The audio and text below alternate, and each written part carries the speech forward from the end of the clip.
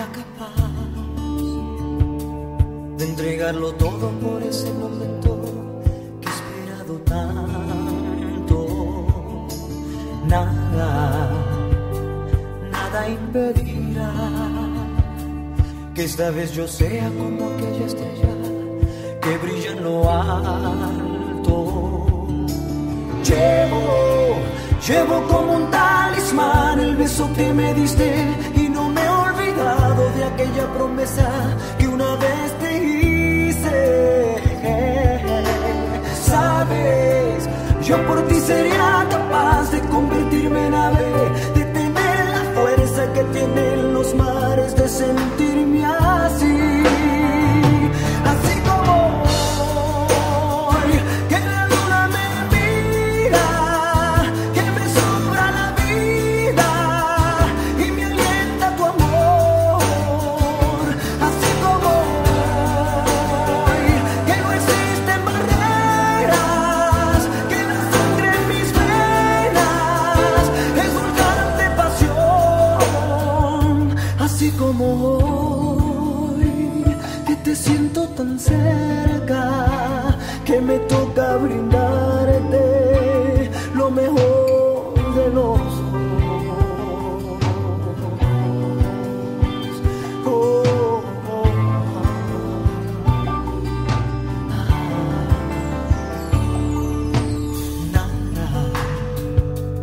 nada impedirá que esta vez yo sea como aquella estrella que brilla en lo alto. Llevo como un talismán el beso que me diste y no me he olvidado de aquella promesa que una vez te hice. Sabes, yo por ti sería capaz de convertirme en ave, de tener la fuerza que tienen los mares, de sentirme así. Así como hoy, que la luna me mira, que me sobra la vida y me alienta tu amor. Así como hoy, que no existen barreras, que la sangre en mis venas es volcán de pasión. Así como hoy, que la luna me mira, que me sobra la vida y me alienta tu amor.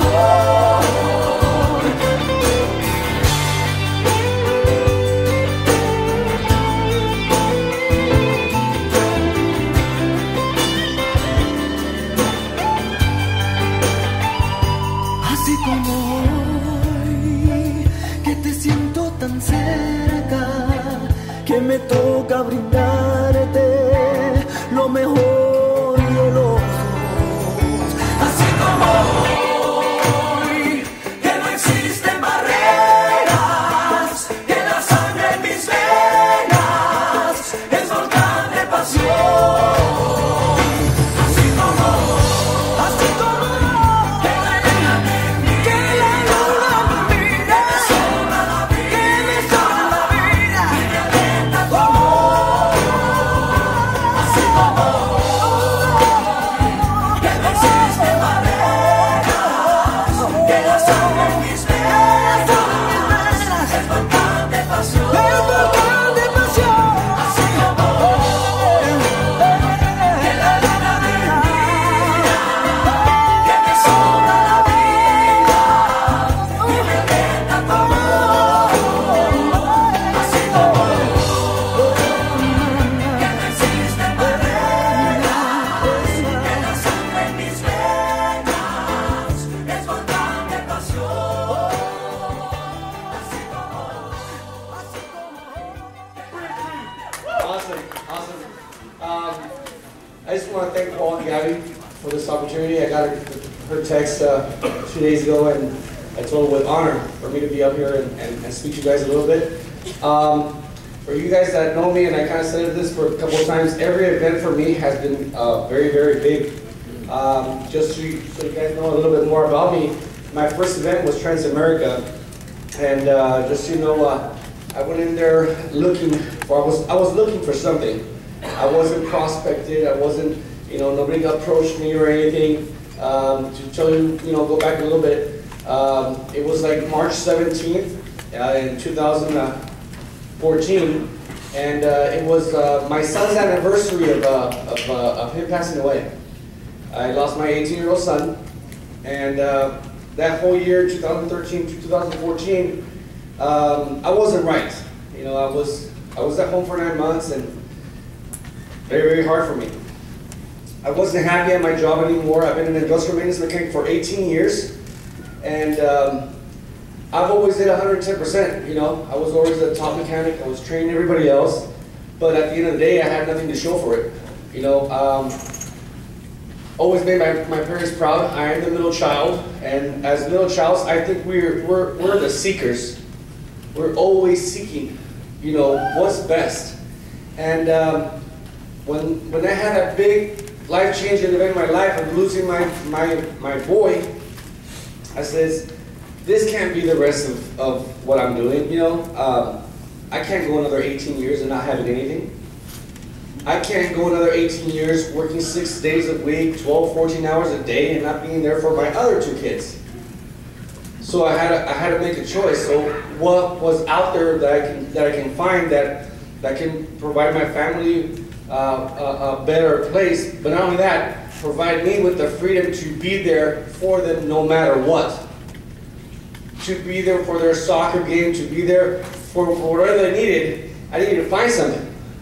A friend of mine had something on Facebook, and she had a message there, so she was looking for people, and I told her, what is it that you do? And she just says, oh, we're having a presentation. I was like, don't worry, just give me out or something right there. There was no, nothing to tell me, to convince me. I was like, let me go check it out, let me go. Because I had already made up my mind. I just didn't know where to go. I went to the BPM, that was it. Sat down with Amr on my fast start, and the first thing was put down 10 goals. I'm like, I have never been asked that question before.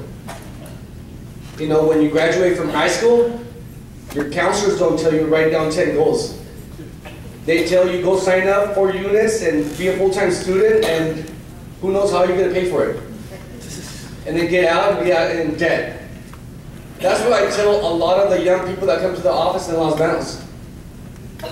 You're about to go into debt for the next 8 years. Why? Because your counselor doesn't even know how to educate you on what's coming.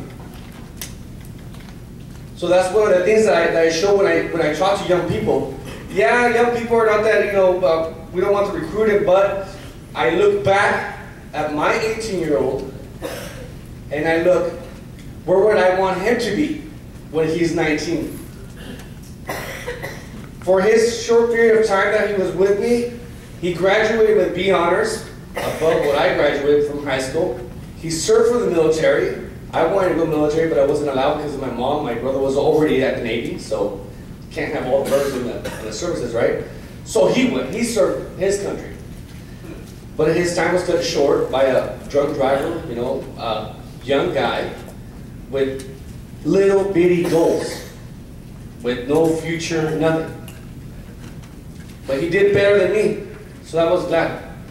But that's what I portray when I sit with the young people. So every big event, I have something great out of it. One of the questions that my mentor, my leader told me, go with the plan of what do I want to get out of this Wealth Bowl? This is my first Wealth Bowl. I've never been to a Wealth Bowl before.